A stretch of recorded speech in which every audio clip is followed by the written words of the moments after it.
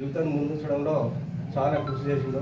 Technology పరంగా computer పరిచయం చేసుడు కానీ యువతకు ఓటు 18 ఏళ్ళకే ఓటు రావాలనే ఉద్దేశంతో యువతని ముందు తీసుకుపోవడంలో చాలా కృషి చేసింది. కాబట్టి వాళ్ళ జ్ఞాపకాన్ని మరొకసారి గుర్తు చేసుకుంటూ పోలుస్తుంది. అతి చిన్న వయసులోనే ప్రధానమంత్రిగా బాధ్యతలు తీసుకొని 21వ శతాబ్దం వైపు వారి ఆలోచన విధానాన్ని కలిగి ఉండి ఈ దేశాన్ని సాంకేతిక రంగపరంగా, టెక్నాలజీ పరంగా మరియు ఇతర ఇండస్ట్రియల్కి సంబంధించినటువంటి అభివృద్ధి నైపుణ్యాలను ముందు చూపుతో తీసుకెళ్ళి ఈ దేశ భవిష్యత్తుకు యువత ప్రధాన కీలకమనే ఆలోచన విధానాన్ని కలిగినటువంటి ఒక మహోన్నతమైనటువంటి వ్యక్తి రాజీవ్ గాంధీ గారు.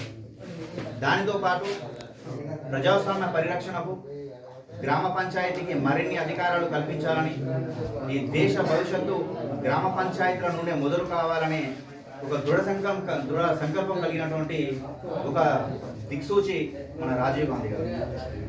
అలాంటి రాజీవ్ గాంధీ గారి పరిపాలనా విధానాన్ని ఇప్పటికి కూడా వారి ఆశయాలను కొనసాగించుకుంటూ కాంగ్రెస్ పార్టీ, కాంగ్రెస్ ప్రభుత్వాలు ముందుకు తీసుకెళ్తున్నాయి. వినలేని సేవ కూడా చేస్తున్నారు. అంటే ఆనాటి తరం నుంచి నేటి తరం వరకు కూడా కాంగ్రెస్ పార్టీ, కాంగ్రెస్ కుటుంబం, కాంగ్రెస్ ప్రభుత్వాలు దేశ యువతకు, దేశ అభివృద్ధికి నిరంతరం వారి ఆలోచన విధానాన్ని ముందు చూపులోకి తీసుకెళ్లడం అనేది ఒక ఆచరణ సాధ్యమైనటువంటి విషయం. జరిగింది.